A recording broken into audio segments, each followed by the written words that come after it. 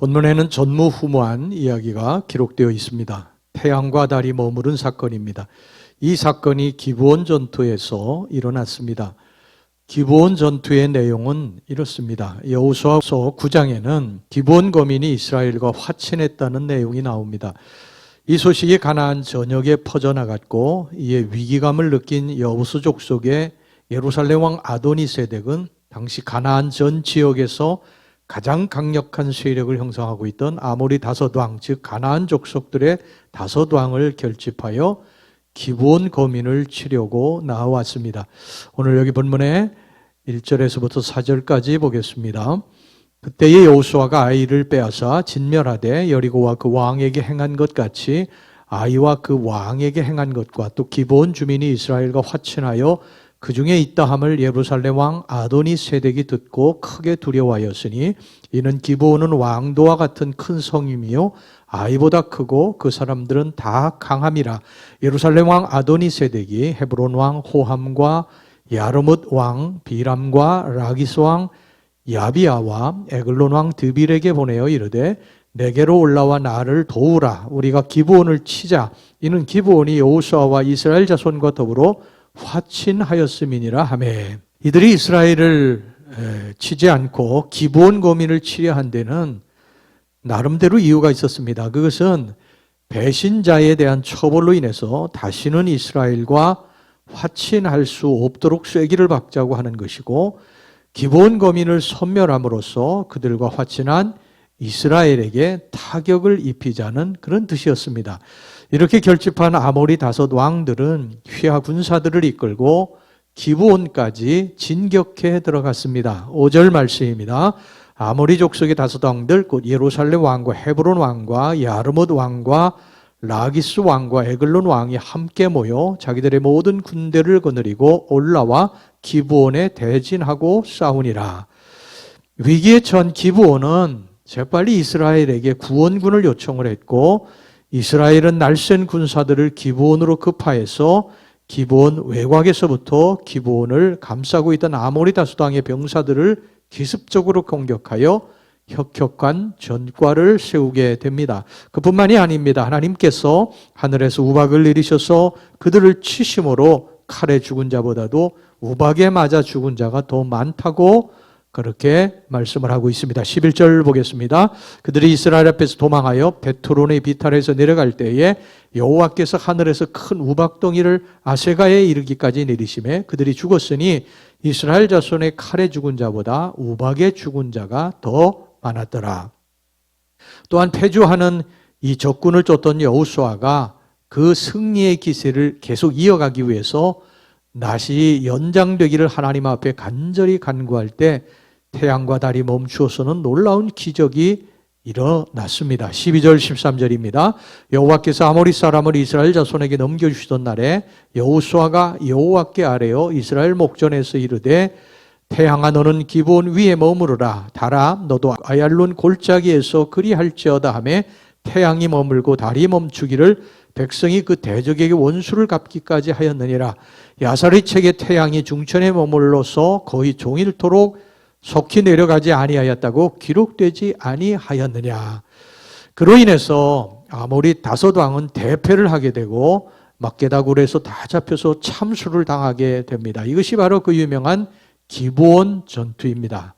우리는 이 전투에서 몇 가지 중요한 귀중한 교훈을 얻습니다. 첫째, 사탄의 세력들을 두려워하지 말라는 것입니다. 가나안 남방의 유대 산지에 거주하는 아모리 족속들은 예루살렘 왕 아도니세덱의 휘하에 뭉치고 규합했습니다. 그리고 하나님의 백성들을 전멸하기 위해서 쳐들어왔습니다. 여러분, 이처럼 악의 세력도 자신들의 필요를 따라 굳게 뭉친다는 사실을 명심해야 합니다. 하나님의 택한 백성들을 넘어뜨리기 위해서 사탄을 중심으로 마귀들이 뭉칩니다. 뭉쳐서 큰 힘으로 대항하는 것입니다.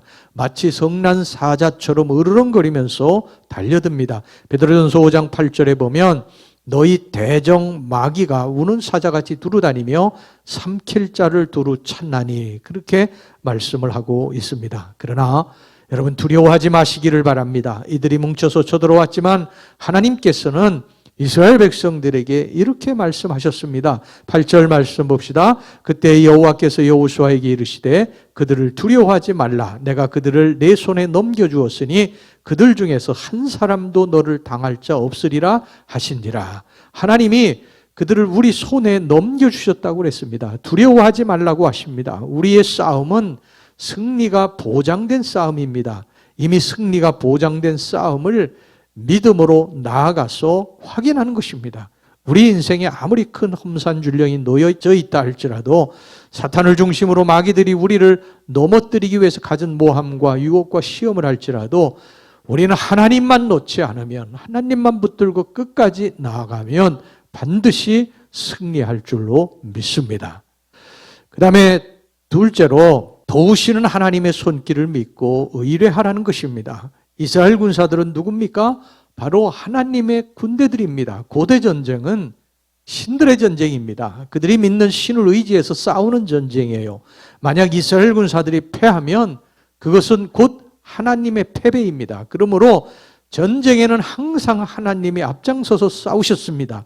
오늘 여기 본문의 11절을 보세요. 그들이 이스라엘 앞에서 도망하여 베토론의 비탈에서 내려갈 때에 여호와께서 하늘에서 큰 우박덩이를 아세가에 이르기까지 내리심에 그들이 죽었으니 이스라엘 자손의 칼에 죽은 자보다 우박에 죽은 자가 더 많았더라. 하나님의 한 손으로는 우박을 퍼부으십니다. 또 한 손으로는 태양을 중천에 붙들고 계십니다. 12절에서부터 14절까지 보세요. 여호와께서 아모리 사람을 이스라엘 자손에게 넘겨주시던 날에 여호수아가 여호와께 아뢰어 이스라엘의 목전에서 이르되 태양아 너는 기브온 위에 머물러라. 달아 너도 아얄란 골짜기에서 그리할지어다 하매 태양이 머물고 달이 멈추기를 백성이 그 대적에게 원수를 갚기까지 하였느니라. 야살의 책에 태양이 중천에 머물러서 거의 종일토록 속히 내려가지 아니하였다고 기록되지 아니하였느냐. 여호와께서 사람의 목소리를 들으신 이 같은 날은 전에도 없었고 후에도 없었나니 이는 여호와께서 이스라엘을 위하여 싸우셨음이니라. 아모리 족속들이 섬기는 우상들은 아무것도 못하고 있을 때 살아계신 하나님은 그 백성 이스라엘을 위하여 열심히 싸우고 계셨던 것입니다. 여러분, 하나님 믿는 우리가 인생에서 패배하는 것은 그 누구의 패배입니까? 하나님의 패배입니다. 그러므로 하나님의 이름으로 나아가는 자에게는 하나님이 대신해서 싸워주시는 줄로 믿습니다. 동분서주하시면서 우리를 대신해서 막을 것을 막아주시고 피하게 하시고 필요한 것을 공급해 주시며 싸워주실 것입니다. 그러므로 우리는 약하지만 여호와의 이름으로 나아갈 때 승리합니다. 하나님이 대신 싸워주시기 때문입니다. 오늘 한날도 우리는 여호와의 이름으로 나아갑니다. 여러분들의 직장, 사업터, 여러 가지 학교 이곳저곳으로 이제 나아갈 때 여러분 칼과 단창을 의지하고 나아가지 말고 하나님을 의지하고 나아가면 오늘도 여러분들 승리하게 될 줄로 믿습니다.